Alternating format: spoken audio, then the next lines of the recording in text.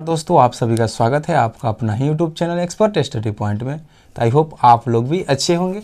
तो रेलवे सामान्य विज्ञान यानी कि एसपीटी साइंस लेकर आए हैं। इससे पहले आप इस वीडियो में मॉडल सेट 76, 77 और 78 देखेंगे। इससे पहले जो भी 75 तक का सेट है वह आप डाल चुके हो, हमारे वीडियो के डिस्क्रिप्शन बॉक्स में सभी का प्लेलिस्ट मिल जाएगा। तो चलिए आज की स्टार्ट करते हैं क्लास।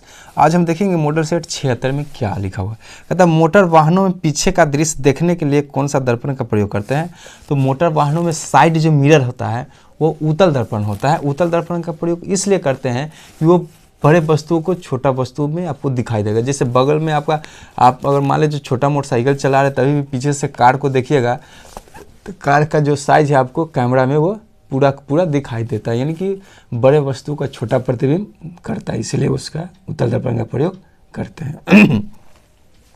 अगला, किसी वस्तु का अपना पूर्ण प्रतिबिंब देखने हैं तो समतल दर्पण की न्यूनतम लंबाई कितनी होनी चाहिए। तो यहाँ पे हम समझ सकते हैं, जैसे मान लीजिए आपका जो हाइट है, ठीक है, आपका हाइट मान लीजिए इतना है और आप अपने सामने दर्पण को कितना रखेंगे कि आपका पूरा प्रतिबिंब दे। तो आपकी लंबाई का आधा करना, जैसे मान लीजिए आपकी लंबाई आधा होगी तो यहाँ पे अगर मिरर को रख देंगे तो यहाँ पर मिरर को रखेंगे तो यहाँ से आप देखिएगा ना तो आपका पूरा प्रतिबिंब दिखाई देगा। तो यही कह रहा है कि व्यक्ति की लंबाई की आधी होनी चाहिए। देखिए यहाँ पे व्यक्ति की लंबाई की आधी होनी चाहिए दर्पण। अगला, तारों का टिमटिमाना किस कारण से है। तो वायुमंडलीय अपवर्तन के कारण तारे आपको टिमटिमाता हुआ दिखाई देता है। अगला है, पूर्ण सूर्य ग्रहण में सूर्य का कौन सा भाग दिखाई देता है। तो कोरोना वाला भाग दिखाई देता है जिसको क्रीट भी कहते हैं, ठीक है। अगला है, रडार का प्रयोग क्यों करते हैं या क्या है।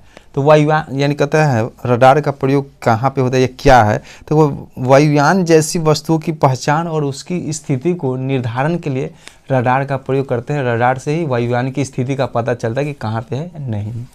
अगला है, थर्मल फ्लास्क में पेय पदार्थों का लंबे समय तक ठंडा या गर्म रखने का कारण क्या है। ये जो उसका काज क्या करता है, दोहरी दीवारों की भीतरी सतह पे रजत लेप या दोहरी दीवारों के बीच में निर्वात होता है।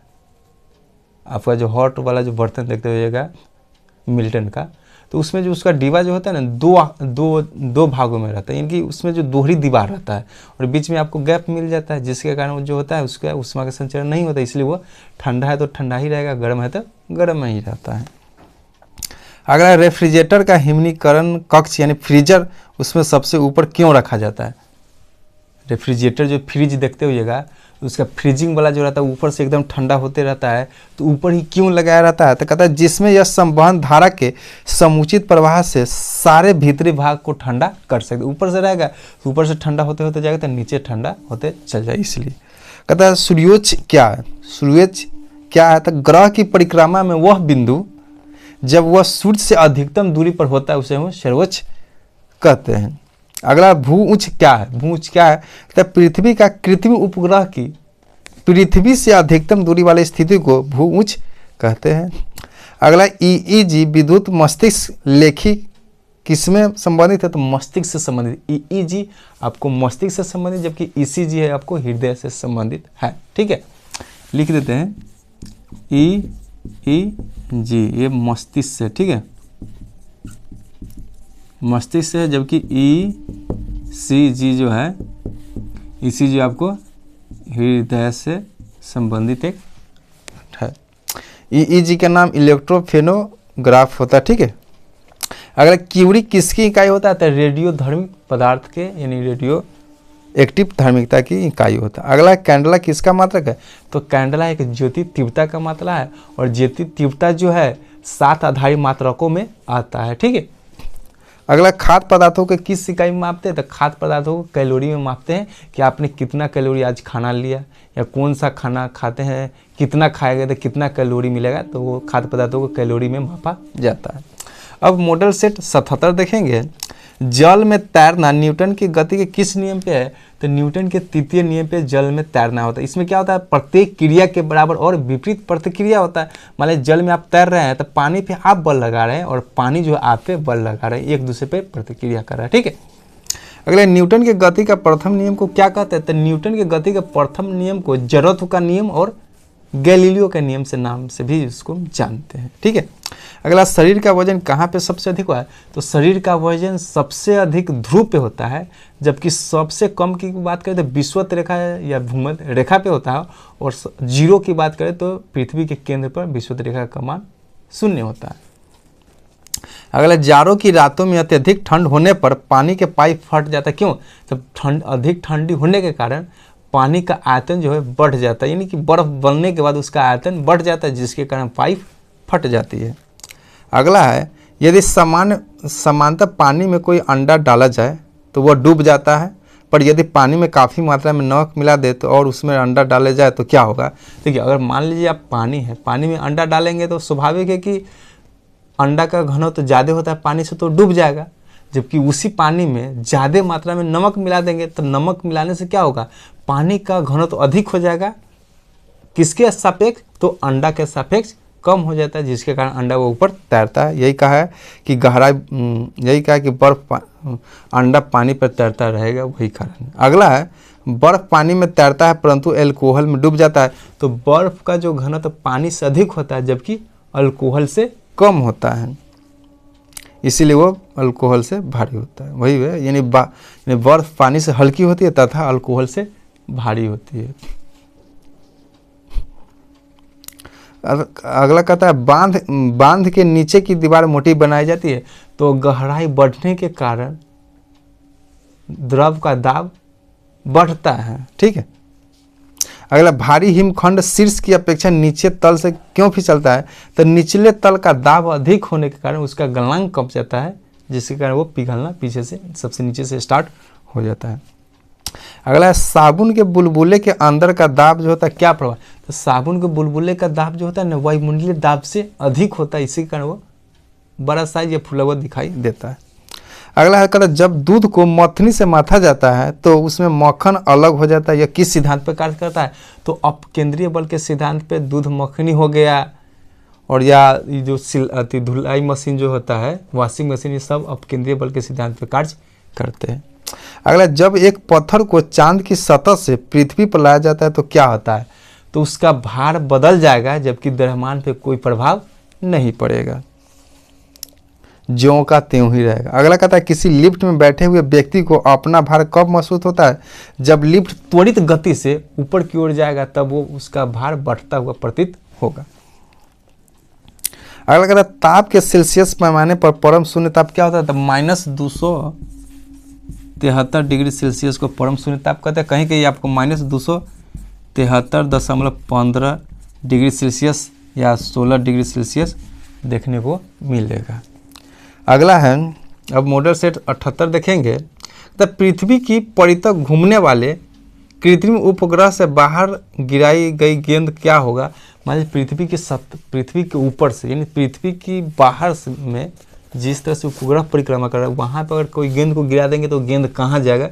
पृथ्वी पे आएगा कि वहीं पे रह जाएगा? तो कहता है, पृथ्वी के परितः उपग्रह के समान आवर्त काल के साथ उसी कक्षा में घूमते रहेगा, न कि पृथ्वी पे गिरेगा। ठीक है, अगला है, एक लिफ्ट में किसी व्यक्ति का प्रत्यक्ष भार वास्तविक भार से कम होता है जब लिफ्ट कहाँ जा रहा है? तो त्वरण के साथ नीचे जाता है, तो घंटा को प्रतीत होता है। अगर यदि लोलक की लंबाई 4 गुनी कर दी जाए तो लोलक के झूले का समय पर क्या प्रभाव पड़ेगा? तो 2 गुना हो जाएगा।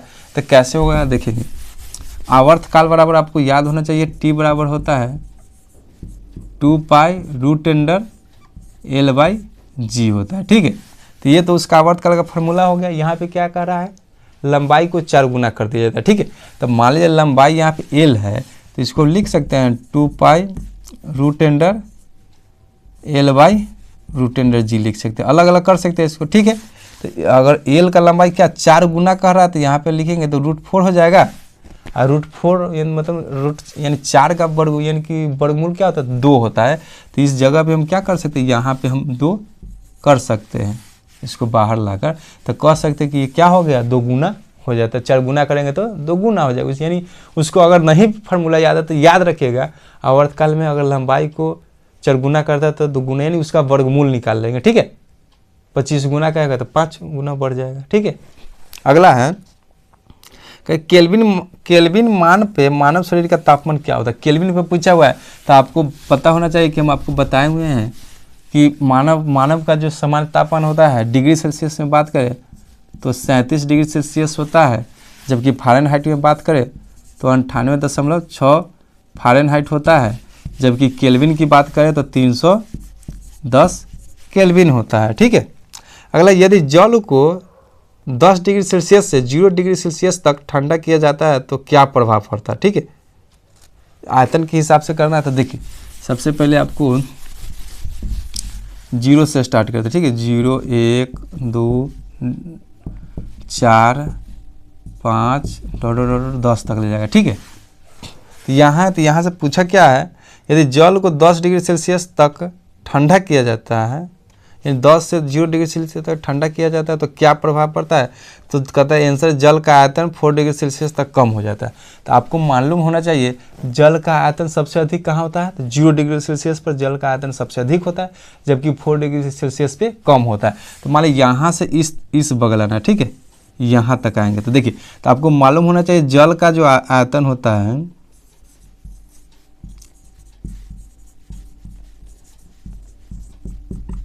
4 डिग्री सेल्सियस पर जल का आयतन 0 होता है। तो यहाँ तक आएगा तो 0 हो गया, यहाँ तक तो कम गया, और इसके बाद क्या होगा, ऐसे ऐसे जाएगा तो ये बढ़ते जाएगा।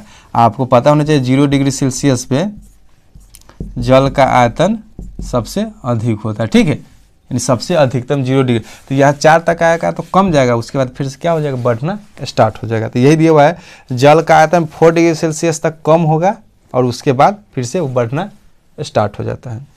अगला, बर्फ पर दाब बढ़ाने से क्या प्रभाव पड़ता है, तो उसका गलनांक कम जाएगा। बर्फ पर दाब डालेंगे तो उसका गलनांक कम जाएगा और पिघलना स्टार्ट हो जाएगा।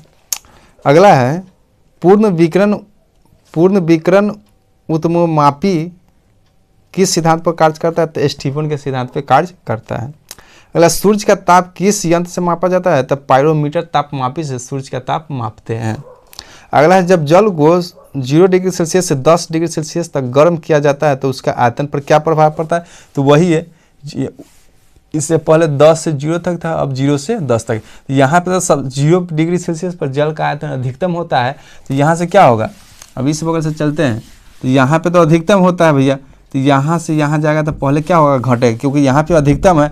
0 से ऐसे गया तो यहाँ पे बढ़ा होगा, तो इधर जाएगा तो घटा हुआ।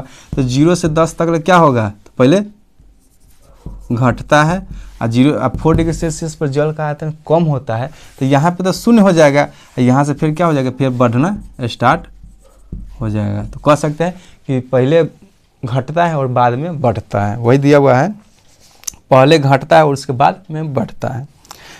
उसका घनत्व पूछेगा तो इसका पूरा विपरीत होता है, और जल का घनत्व सबसे अधिकतम 4 डिग्री सेल्सियस पे होता है।